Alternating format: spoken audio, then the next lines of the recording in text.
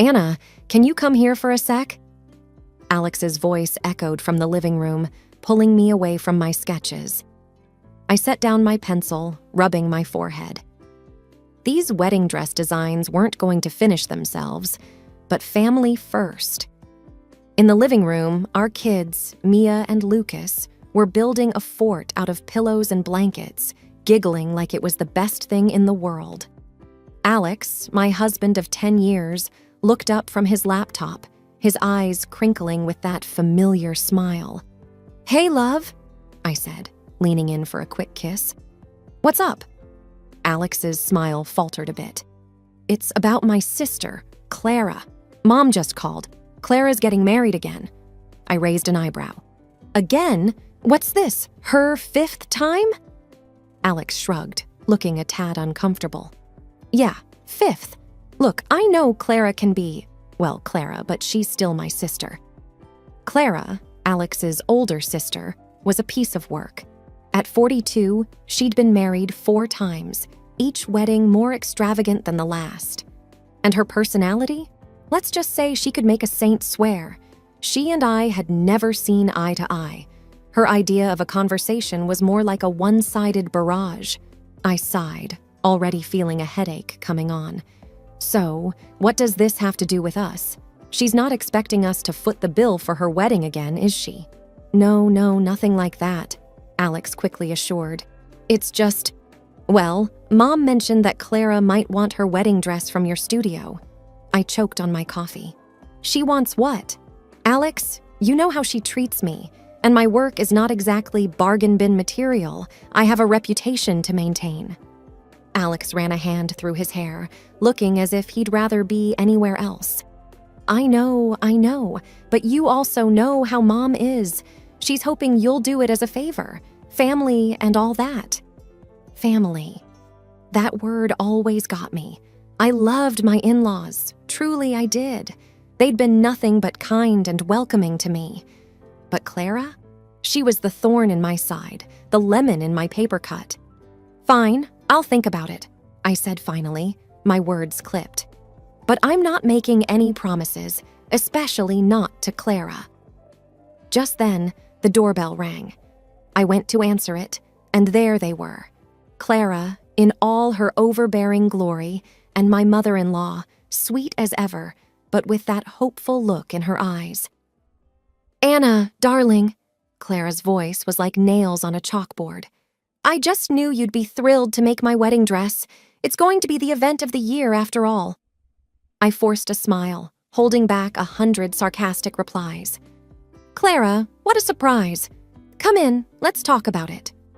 As they stepped inside, I braced myself. This was going to be one long, bumpy ride. The next day, Clara barged into my studio like she owned the place, her heels clicking loudly against the floor. My mother-in-law, Mrs. Thompson, trailed behind her, her expression apologetic. I put on my best professional smile, though inside, I was anything but pleased. Welcome to my studio, I greeted, gesturing around the room filled with mannequins draped in elegant fabrics. Let's talk about what you're looking for in a wedding dress. Clara didn't waste a second. I want something spectacular, Anna. This is my 5th wedding, and it has to top all the others. I'm thinking something bold, something that screams Clara. I nodded, trying to keep my tone neutral. Of course. Do you have any specific designs in mind? She waved her hand dismissively. You're the designer. Impress me. But remember, it needs to be grand. I want everyone's jaw to drop. Mrs. Thompson gave me a pleading look. I knew she was caught between her daughter's demands and her respect for my work. I sighed inwardly. Family peace was a delicate thing. All right, Clara, I'll come up with a few designs. But we need to discuss the budget and timeline. Custom wedding dresses require time and resources. Clara laughed, a sound that grated on my nerves. Oh, budget isn't an issue. Just make sure it's the best. And I need it in 2 months. That shouldn't be a problem for a professional like you, right? 2 months. That was pushing it, especially with my other clients. But before I could respond, Clara added another jab. And make sure it's better than what you usually do. This isn't just some run-of-the-mill wedding. It's mine. I bit back a sharp retort, reminding myself to stay professional. I'll do my best, Clara. Let's schedule a fitting session next week to take your measurements and discuss further details. As they left, Clara's parting words were, "Remember, Anna, I expect nothing but the best. Don't disappoint me." Once they were gone, I slumped into my chair, feeling the weight of the task ahead. Designing a dress for Clara, who was as demanding as she was condescending, was going to be a real test of my patience. But I had promised Mrs. Thompson, and I wasn't one to back down from a challenge, no matter how unpleasant it might be. A week later, Clara strutted into my studio for her fitting session, her attitude as overbearing as ever. I had prepared several sketches, each showcasing a different style, but I had a feeling this was going to be more about Clara's ego than the dress itself. "Here are the designs I've come up with," I said, spreading the sketches out on the table. "I've considered several styles that could complement your personality and the occasion." Clara barely glanced at them, her nose wrinkling in disapproval. "These are okay, I guess, but they're missing that wow factor. You know, something that makes people go, 'That's Clara.'" I took a deep breath, my patience wearing thin. "How about this one?" I pointed to a sketch of a bold, open-back dress. "It's elegant yet daring, much like your personality." Clara peered at the sketch, then shrugged. "It's fine, but it needs more pizzazz, and make sure it's white, pure white." I paused, choosing my words carefully. "Clara, have you considered maybe a different color, like blue, lavender, or even peach? Given that this isn't your first wedding, white might not be the most suitable choice." Her eyes flashed with anger. "Are you kidding me? It's my wedding, and I'll wear white if I want to. It's traditional. Are you saying I can't pull off white?" "No, it's not about that," I tried to explain. "It's just that white traditionally symbolizes—" "I don't care what it symbolizes," Clara snapped. "I want white, and that's final. Are you going to make my dress or not?" Seeing no point in arguing further, I nodded. "All right, white it is. Let's talk about the budget. Given the details and work involved, especially on such short notice, the cost will be around $2,000. Clara's jaw dropped.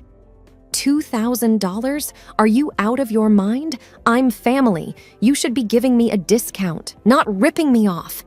I already factored in a family discount, I explained, trying to keep my voice steady. The price is actually quite reasonable for a custom design and rushed order. "Well, I'm not paying that much," she retorted. "I thought you'd do it for free as a wedding gift or something." I was stunned. "Clara, I can't just give away my work for free. There are costs involved, not to mention the time and effort of my team." "Your team?" Clara laughed mockingly. "Please, it's just a dress. I'm sure you can whip it up in no time. And it's not like you're some big-name designer." I felt my cheeks flush with anger. "My work has value, Clara. I'm sorry, but I can't just give you a dress for free." Clara stood up, her chair scraping loudly against the floor. "Fine. I'll talk to Mom about this. She'll make you see sense." That evening, after a long day of wrestling with fabric and fending off Clara's demands, my phone rang. It was Mrs. Thompson, and her voice was laced with concern. I braced myself for what was to come. "Anna, dear, I just had a talk with Clara," she began, her tone soft but heavy. "She's really upset about the dress situation." I sighed, running a hand through my hair. "I know, Mrs. Thompson, but what she's asking for, it's a lot. Giving away a custom dress for free is a big ask. It's not just the cost, but the effort and time that goes into it." There was a pause, and I could almost picture Mrs. Thompson's kind face torn between her daughters. "Anna, I know it's a big favor, but it would mean so much to the family, especially to Clara. It's her 5th wedding, and she wants it to be special. Her words hung in the air, and I felt the familiar tug at my heartstrings. Mrs. Thompson had always been like a second mother to me, and I hated letting her down. All right, Mrs. Thompson. I'll do it. I'll make the dress for Clara as my wedding gift to her. But I have one condition. She needs to respect my time and the process. No last-minute changes or unreasonable demands. Mrs. Thompson's relief was palpable, even through the phone. Oh, thank you, Anna. You have no idea how much this means to us. I'll talk to Clara, make sure she understands your conditions. I ended the call with a heavy heart. I knew I was walking into a storm, but for the sake of family harmony, I was willing to weather it. The next morning, Clara waltzed into my studio, a smug smile on her face. So, I heard you've come to your senses and agreed to make my dress for free. Smart move, she said, her tone bordering on condescending. I forced a smile, keeping my emotions in check. Yes, Clara. I'll make your dress as a wedding gift, but I need you to cooperate with me. No more unrealistic demands or last-minute changes. Deal? Clara rolled her eyes but nodded. Fine. Just make sure it's the most stunning dress you've ever made. Remember, it's for Clara's big day. The following weeks were a blur of fabric, measurements, and constant alterations. Clara was proving to be as difficult a client as I had feared. Every fitting session felt like a battle, her demands growing more outlandish each time. Anna, this isn't what I pictured at all, Clara exclaimed during one of her fittings, looking at herself in the mirror with a frown. The neckline needs to be lower, much lower, and where's the wow factor I asked for? I kept my voice calm, though inside I was anything but. Clara, we've already adjusted the neckline twice. Any lower and it won't be appropriate. As for the wow factor, I've added the embellishments you requested. She huffed, turning this way and that in front of the mirror. It's just not enough. I want people to be stunned, speechless even. Can't you add some more sparkle or something? Clara, there's only so much I can do without changing the entire design, I replied, trying to maintain a professional demeanor. And we're running out of time. The wedding is in 3 weeks. Well, you're the designer. You figure it out, she snapped. Just make it happen. I have to look perfect. As she left the studio, I felt a knot of frustration in my stomach. Designing a dress was one thing. Dealing with Clara's constant dissatisfaction was another. But I was determined to see it through, if only to prove to myself that I could handle even the most challenging clients. The next fitting was no better. Clara walked in, her arms crossed and her expression sour. This dress better be improved, she said, barely greeting me. I helped her into the dress, which I had painstakingly altered according to her last set of demands. I held my breath as she looked at herself in the mirror. It's better, but it's still missing something, Clara decided after a long moment. Maybe some more lace around the waist, and the train needs to be longer. Clara, we're really tight on time, I reminded her gently. Every change you request means more hours of work, and we need to make sure the dress is ready for your wedding day. She waved her hand dismissively. Just do whatever you have to do. I need this dress to be perfect, remember? It's my day, and everything needs to be just right. A week before the wedding, I was stitching the last of the pearls onto Clara's dress when my phone buzzed. It was a call from my friend Lisa, who also happened to be friends with Clara. Hey, Anna, just calling to chat about Clara's wedding. Can you believe it's almost here? Lisa's voice was light, but I could sense something was off. Yeah, it's been quite the journey with the dress, I replied, trying to keep my tone neutral. Lisa hesitated before speaking again. So, I was looking over the guest list. I didn't see your name on it. There must be some mistake, right? You're the one making her dress, after all. My hand froze mid-stitch. What? I'm not on the guest list? I double-checked, Anna. Your name's not there. I thought it was odd, given you're practically family. Anger and disbelief swirled inside me. After everything I'd done for Clara, she hadn't even bothered to invite me to the wedding? I'll look into it, Lisa. Thanks for letting me know, I managed to say before ending the call.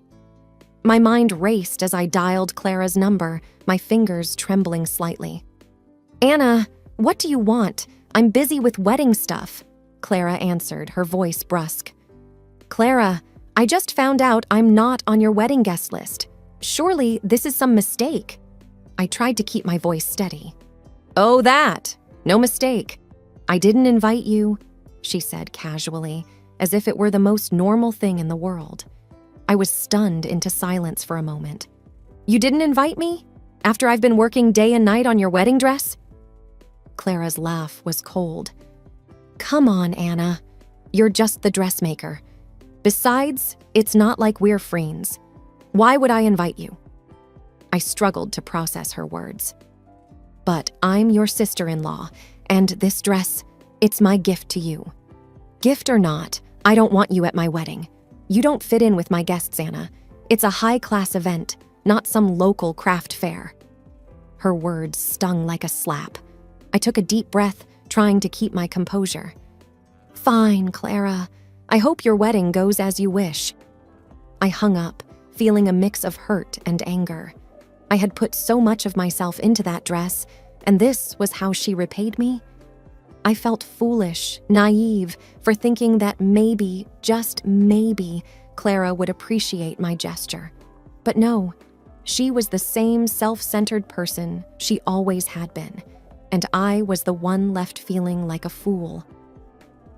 A few days before the wedding, as I put the final touches on Clara's dress, an idea began to form in my mind. If Clara thought she could use me and then toss me aside like an old rag, she had another thing coming. During the final fitting, Clara was her usual unpleasant self. Make sure this is tight. I want to look stunning, she demanded, eyeing her reflection in the mirror. I forced a smile, nodding. Of course, Clara, it'll be perfect. As she twirled in front of the mirror, I added, There's just a small adjustment I need to make. It won't take long. Clara eyed me suspiciously. What kind of adjustment? Just a minor tweak to the train. I want it to be absolutely perfect for you, I said, my voice dripping with feigned sweetness. Hurry up then, and remember, you're bringing the dress to my place on the wedding day. I don't want any last-minute disasters, she ordered, her tone dismissive. The day of the wedding arrived, and with a devious smile, I packed up the dress, or rather, what Clara thought was the dress, and headed to her place. My husband, Alex, drove me, his expression a mix of confusion and concern. Are you sure about this, Anna? He asked, glancing over at me.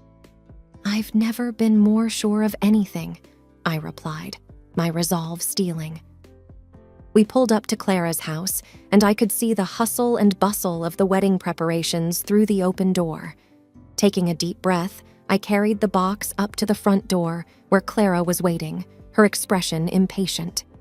It's about time, she snapped, snatching the box from my hands. Now get out.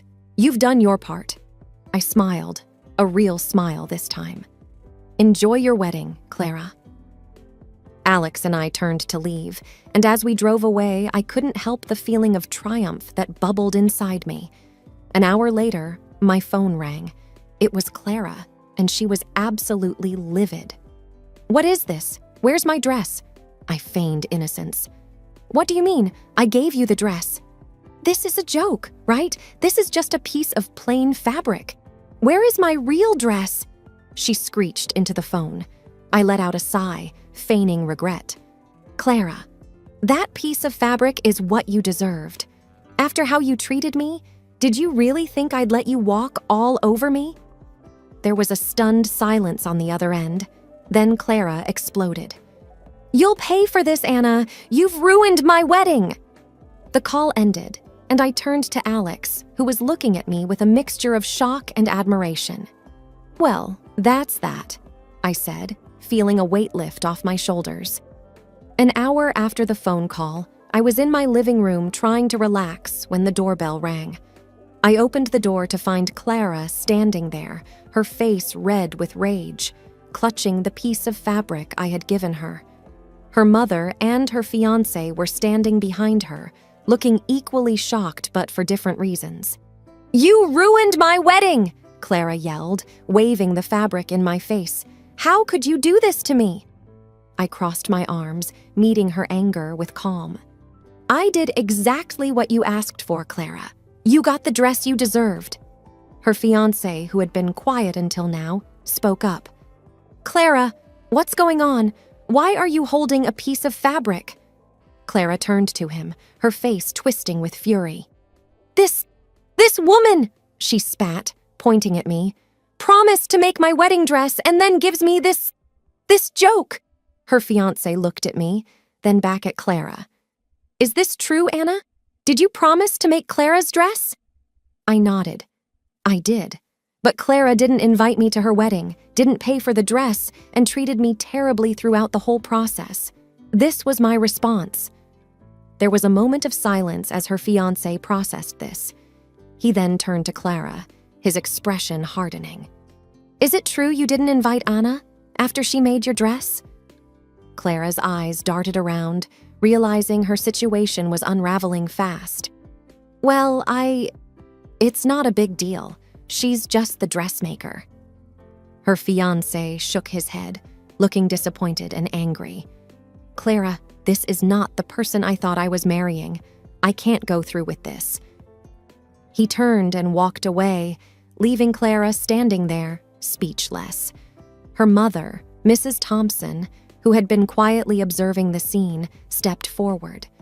"Clara, I think you need to leave," she said softly but firmly. "Anna, I'm so sorry about all of this."